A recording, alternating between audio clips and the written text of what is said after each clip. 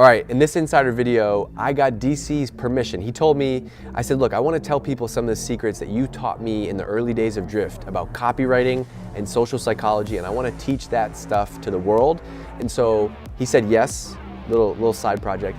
But what I'm going to show you is the exact deck that we use to train the marketing team at Drift on copywriting and social psychology, with some inspiration from some of my favorite books of all time, Ogilvy on Advertising, Dan Kennedy's The Ultimate Sales Letter, Scientific Advertising, and so much more. It always comes down to write like you talk. So if you wouldn't say it to your friend on a Saturday or call up your mom and explain it to her that way, then don't use it in your marketing. Another rule that's really important is forget your grammar rules. This is the first time we've ever shared this video publicly. I can't wait to get your feedback on it. Let's see what you think.